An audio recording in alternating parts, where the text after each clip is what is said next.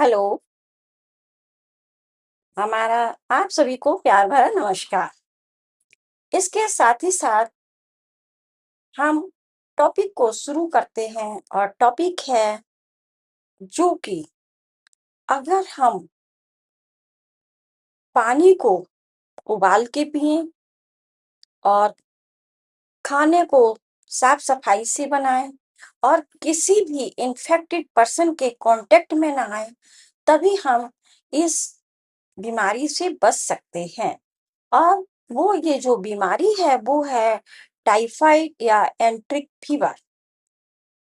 तो आज के टाइम में सभी को पता है कि हम जो भी खाना खाएं स- साफ हाथों से खाएं और हाथों को खाना खाने के पहले और खाना खाने के बाद भी वॉश करना है। इसके साथ ही साथ हमें इससे बचने के लिए जो पानी हम पीते हैं वो पानी को बॉईल करके पीना है और खाने को सब्जियों को धुल के साफ करके ही बनाना है। तो हम आज के टॉपिक टाइफाइड या एंट्रिक फीवर में आपको बताएंगे टाइफाइड का परिचय, परिभाषा, incubation period, sign and symptoms and diagnostic evaluation के बाद ट्रीटमेंट और नर्सिंग मैनेजमेंट। तो शुरू करते हैं टॉपिक को। जो टाइफाइड या एंट्रिक फीवर है, ये टाइफाइड फीवर एक गंभीर संक्रामक या इन्फेक्टियस डिजीज है। तो जो इन्फेक्टियस डिजीज है टाइफाइड, ये आखिर फैलती कैसे है, किस जीवाणु से फैलती है और उस जीवाणु का नाम क्या है? तो एंट्रिक फीवर का जो जीवाणु है उसका नाम है साल्मोनेला टाइफी। और यह टाइफाइड फीवर दूषित भोजन, दूषित पानी तथा संक्रमित व्यक्ति के कांटेक्ट में आने से फैलता है। यदि टाइफाइड फीवर हो गया और इसका समय पर ट्रीट नहीं किया गया तो ये जानलेवा भी साबित हो सकता है। Next definition. टाइफाइड फीवर एक तीव्र जीवाणु जनित संक्रमण है जो साल्मोनेला टाइफी द्वारा होता है और मुख्य रूप से आंतों तथा रक्त प्रवाह को प्रभावित करता है।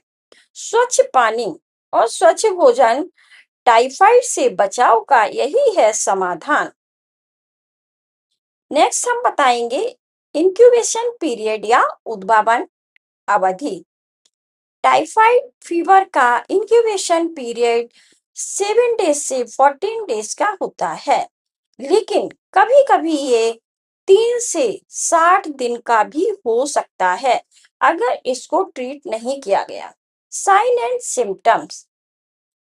तो जब इसके साइन एंड सिम्टम्स अपीयर होते हैं तो इसमें लगातार और तेजी से बुखार आता है। मीन्स 103 डिग्री फ़ारेनहीट से 104 डिग्री फ़ारेनहीट तक इसमें फीवर होता है। फीवर के साथ साथ सिर दर्द होता है। ओबियसली अगर फीवर होगा तो कमजोरी और थकान भी होगी और भूख कम लगती है फीवर की वजह से। और इसमें खास बात यह है कि ये इंटेस्टाइनल फीवर है, इसलिए इसमें पेट दर्द होता है, कॉन्स्टिपेशन और लूज मोशन होते हैं, नोजिया और वोमिटिंग होती है। इसके साथ ही साथ सूखी खांसी और बॉडी पर रोज स्पॉट्स या गुलाबी रंग के छोटे छोटे दाने दिखने लगते हैं। जब फीवर आता है भूख कम लगती है तो इसकी वजह से वजन कम हो जाता है। लगातार बुखार को ना करें नजरअंदाज, समय पर जांच ही है सही इलाज।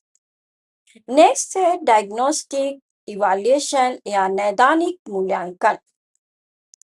इसमें हम ब्लड कल्चर करते हैं, विडाल टेस्ट करते हैं कंफर्मेटरी टेस्ट के लिए, और कंप्लीट ब्लड काउंट या CBC, stool culture test, urine culture, typhidot test करते हैं। तो जब ये सब टेस्ट आते हैं। इसकी रिपोर्ट के बाद हमें पेशेंट को क्या ट्रीटमेंट देना है और उसका नर्सिंग मैनेजमेंट कैसे करना है। तो नर्सिंग मैनेजमेंट में सबसे पहले हम रोगी को असिस करते हैं या रोगी का मूल्यांकन करते हैं। तो जब हम रोगी का मूल्यांकन करते हैं तो हम उसके जो वाइटल साइन होते हैं उनको मेजर करते हैं। वाइटल साइन मेजर करने से हमें पेशेंट की 50% बीमारी के बारे में पता चल जाता है कि आखिर पेशेंट को क्या बीमारी है। तो जो वाइटल साइन है उनमें आते हैं टेम्परेचर, पल्स, रेस्पिरेशन और ब्लड प्रेशर। इनका रेगुलर पीरियोडिकली जांच करना है और पेशेंट को कंफर्टेबल रेस्ट प्रोवाइड कराना है, मीन्स रोगी को कंप्लीट बेड रेस्ट देना है। अब डाइटरी मैनेजमेंट या पोषण प्रबंधन में क्या देना है, पेशेंट को हल्का, सुपाच्य और पौष्टिक भोजन देना है।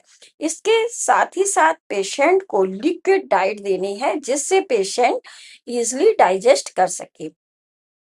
मेडिसिन मैनेजमेंट में डॉक्टर ने जो भी मेडिसिन लाइक एंटीबायोटिक जो भी प्रिस्क्रिप्शन दिया है हमें उसको पीरियोडिकली पेशेंट को देना है और बुखार को कम करने के लिए पैरासीटामोल देना है।